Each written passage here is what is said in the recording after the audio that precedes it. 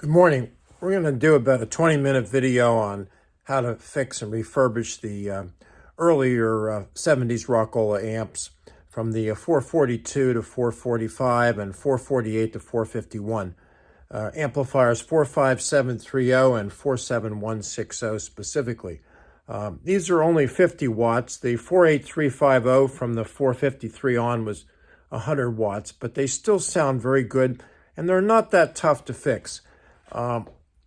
Gosh, if you're only got a jukebox and these 70's Rockolas are really only worth $500, $600, $700, and if you're paying somebody $300 to rebuild your amp, gosh, why not give it a try? They're not that tough. You don't need to be an electrical engineer. You need a schematic. You will need a analog multimeter in addition to a digital multimeter to check the germanium output transistors. But I do encourage you to do this. If you don't feel comfortable, fine, you can send the amp to me or anybody. There's nothing wrong with that. But the Bill Bicker's kit is only around $70. Online, you'll get the proper capacitors. Don't do what I did recently and order on eBay. I got impatient and I got some counterfeit capacitors. This is the counterfeit Nishikon that I got. Put them in a couple amps, had the amps fail. This is what they should look like. Hold on, yeah. Brown, a little bit larger. Yeah, if you're only doing one amp, order from a reputable supplier or from Bill Bicker's, and we'll leave it at that. These are the amps we're talking about here now for 442 to 445 with a 45730 and 448 to 451 with a 47160. So we'll get started here now. As we mentioned, the amplifier does not exist in isolation, and before you even start on amplifier repair, you must go to the power supply and replace the 3 capacitors in the power supply. They're 1200, 100, and 100 microfarads. The 1200 needs to be at least 63 volts. The 100 microfarad, you can make them 100 volts. Please do that, and it's obvious when you open it up. There's 3 cans, and just do that. Check the fuses, check the diodes in if you can, but then go to the front, and you certainly want to know that your amplifier is getting the correct power from the power supply before you restore it and put it in the box. If not, there's going to be some problems. So knowing this, we will now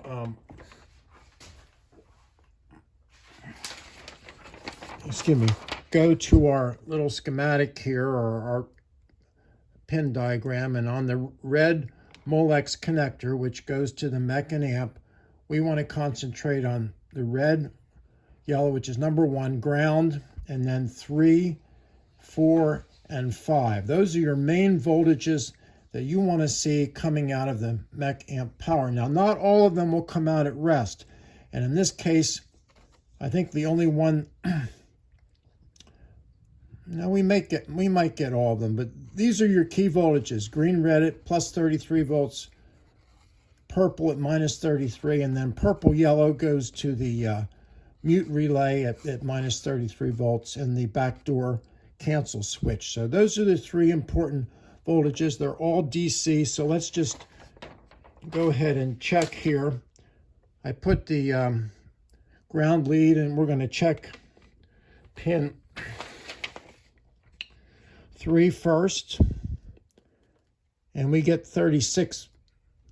Usually the voltages are a little higher because there's no load. This is supposed to be minus 33 volts. We get 36.9. That's certainly okay. And then we're going to go to 4.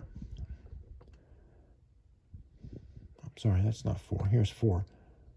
Minus 38 volts. Should be 33. That's okay. And then 5, we should get positive. It's positive 37 volts because there's 2, the power going to the amp is either ends up being positive 51 volts or negative 51 volts. We'll see that on the schematic. Okay, now we'll go over to the selection system. We'll do the same thing here.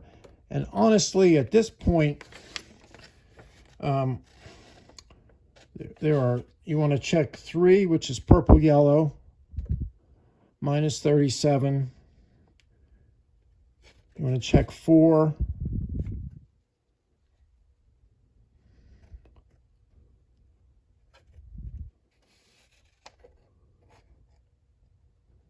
Minus 38. And then you want to check 6. Now 6 is AC, so that's 25 volt AC is very important for the selection system. So check 6, pin 6 here, and you got 27 volts AC. That's fine. This is the minimum you want to do to evaluate your power supply. This is a healthy power supply. It's delivering what it's supposed to be, and then you can at least be reassured that when you do your amp work that things are going to run smoothly. Let's look at the top of the amp first. This is a 45730. I would certainly clean the volume control 6-prong plug, clean it with 600 sandpaper and CRC, and reseat it a couple times. The signal goes through the volume control, and so this has to be clean. Same with the mute relay here. Take it off. Take off the cover. You have to just use a screwdriver, pry it off, clean all the contacts in there. There's 4 sets that need to make and break. Very important. Again, the signal goes through that. These 2 dial switches here need to be in the first position, position 1. We'll clean them inside as well. And then all these slide switches, just start getting in the habit of exercising all the slide switches. They may have been in the same position for years. They're dirty. Clean them by moving them up and down, and then we'll hit them again with CRC when we get on the inside. Same with the AVC switch. Last thing on the front, well, you have your heatsink transistors. These are the germanium ones. I'll show you how to test those later.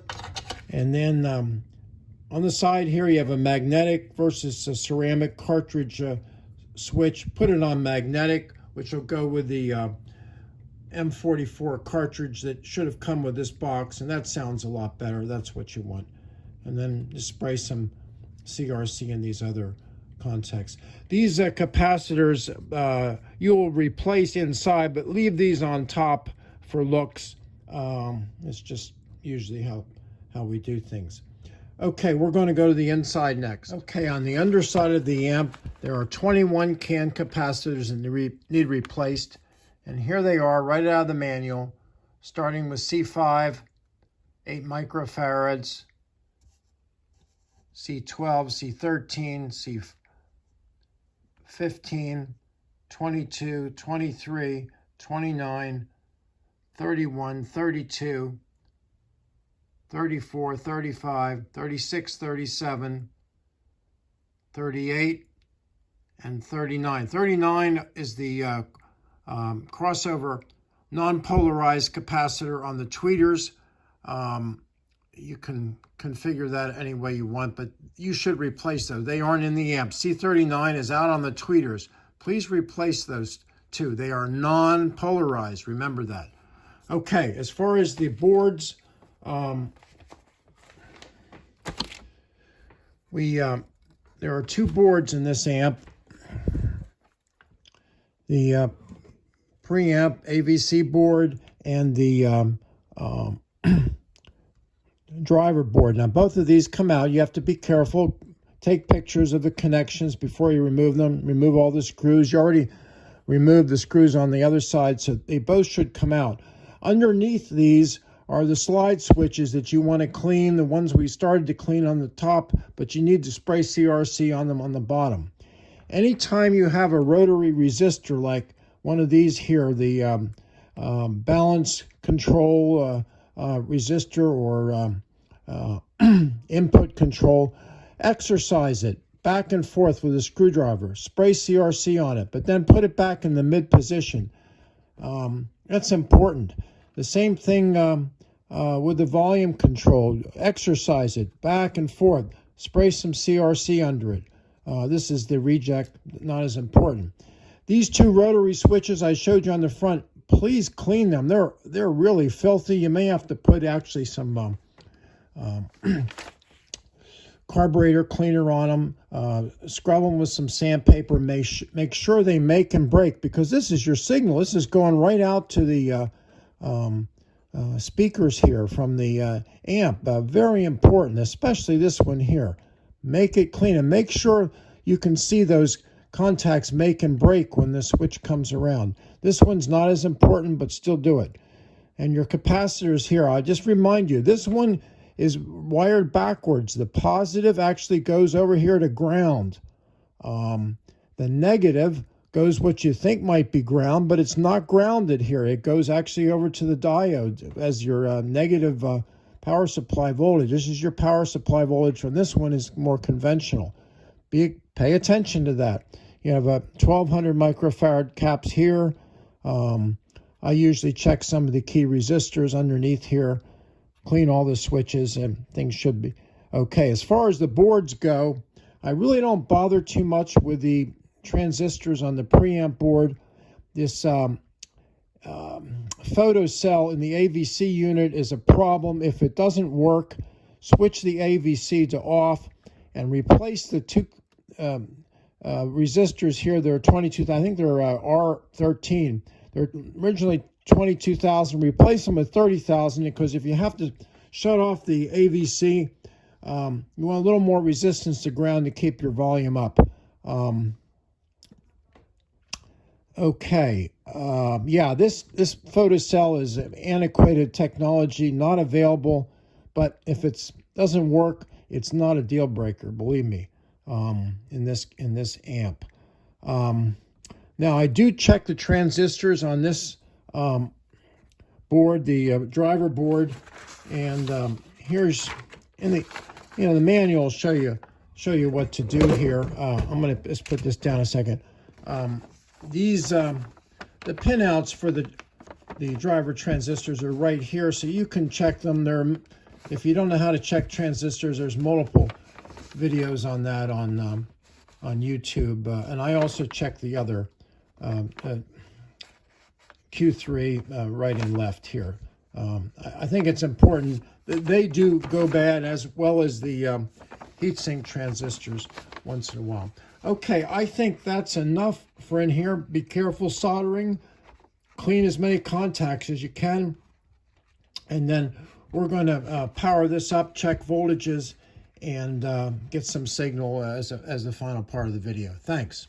Before we power up the amp, we want to talk briefly about the germanium heatsink transistors. You take these out, remove the mica shield, be sure to put it back on, and with a little heatsink when you put it back in. But basically what you're doing, you use the analog meter, put it on resistance times 1, RX times 1, and you put your positive lead to the base here,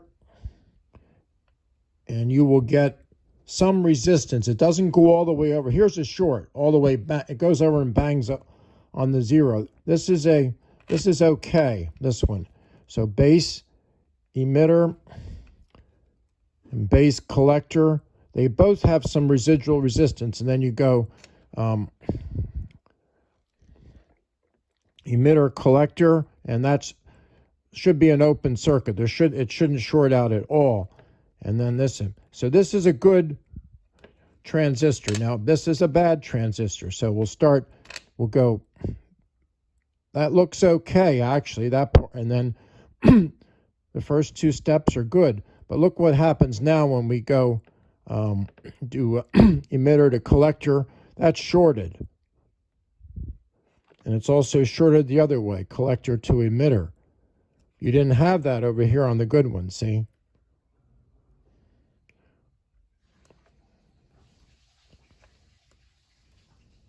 So let's go on to the power up. Okay, so we finally plugged in the amp. Now, I have a power supply, so it's the red Molex connector from the power supply over to the amp is what you need to connect. You can do this in your jukebox. Just put the amp in the box and connect those two, and of course the speaker connection is a 3-prong below. Make sure you do that. You must have it powered up to the speakers, and then you just simply check the voltages. We have very, very slight hum. I think it's acceptable, but no noise. Both channels appear to be working. We'll start with the driver board. There's 3 places you check for voltage here, and they are all 1, 2, 3, and they should be as in the manual there. Let's check.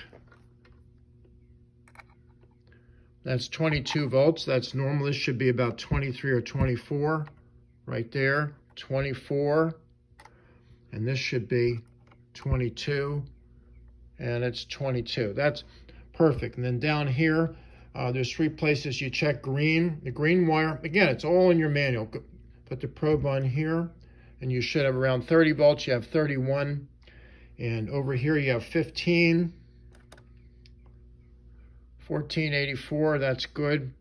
It's plus and minus would be here. 14, so that's good. And you want to check your power voltages over here, and you would do that on the negative lead from the first capacitor here, because that's going to right there. And that, wait a minute.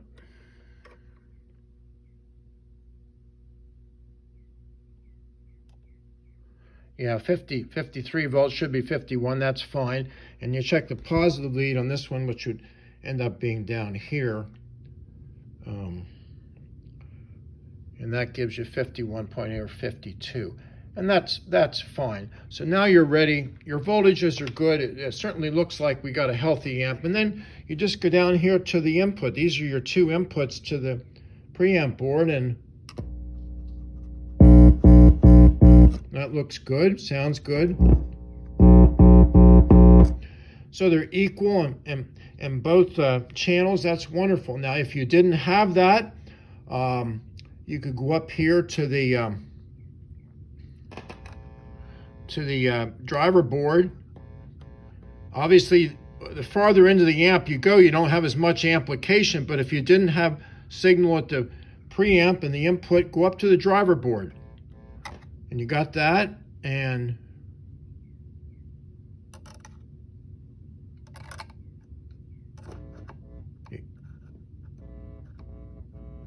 you got that. So they're equal there, although it's a little bit less. That's what you want. And then there's one more thing you have to go over on the side and do the bias voltage. It tells you how to do it in the manual, but that's basically it. I know it's a lot, but hey, there is not anything in this amp that is not available and replaceable except for this photocell, and I bypassed that by turning the ABC off, and I changed those 2 resistors there to 30,000 like I told you before from 22,000. And we have good volume here. We got a winner. So well, I hope you got something out of this. Thanks a lot, and I'll come up with something in a month or so to follow up on this. Thanks. Bye.